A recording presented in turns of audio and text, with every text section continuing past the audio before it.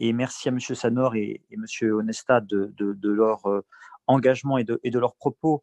3 points. Le 1er sur les clubs et associations sportives en difficulté financière. Évidemment, c'est pour nous une préoccupation et la grande famille du sport s'est d'ailleurs mobilisée pour soutenir les clubs, les assos en grande difficulté financière.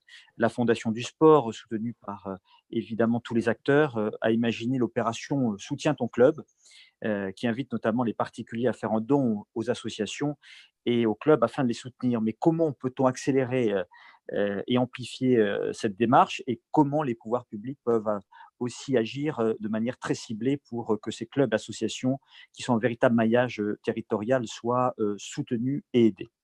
Il y a évidemment, par ailleurs, la situation des clubs professionnels et je voudrais insister notamment là sur les clubs de rugby qui subissent de nettes pertes économiques déjà avant la crise et évidemment avec la crise, cela s'est amplifié. Il y a un risque de disparition pour certains d'entre eux.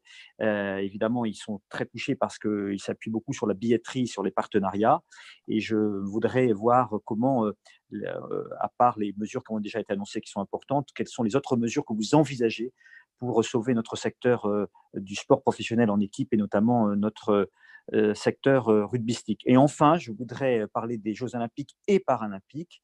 Nous avons Tokyo pour 2021. Qu'en est-il pour Paris 2024? Selon vous, quelles sont les bonnes mesures à mettre en œuvre afin de limiter l'impact de la crise que nous traversons sur le bon fonctionnement et la tenue des Jeux olympiques et paralympiques? Je vous remercie.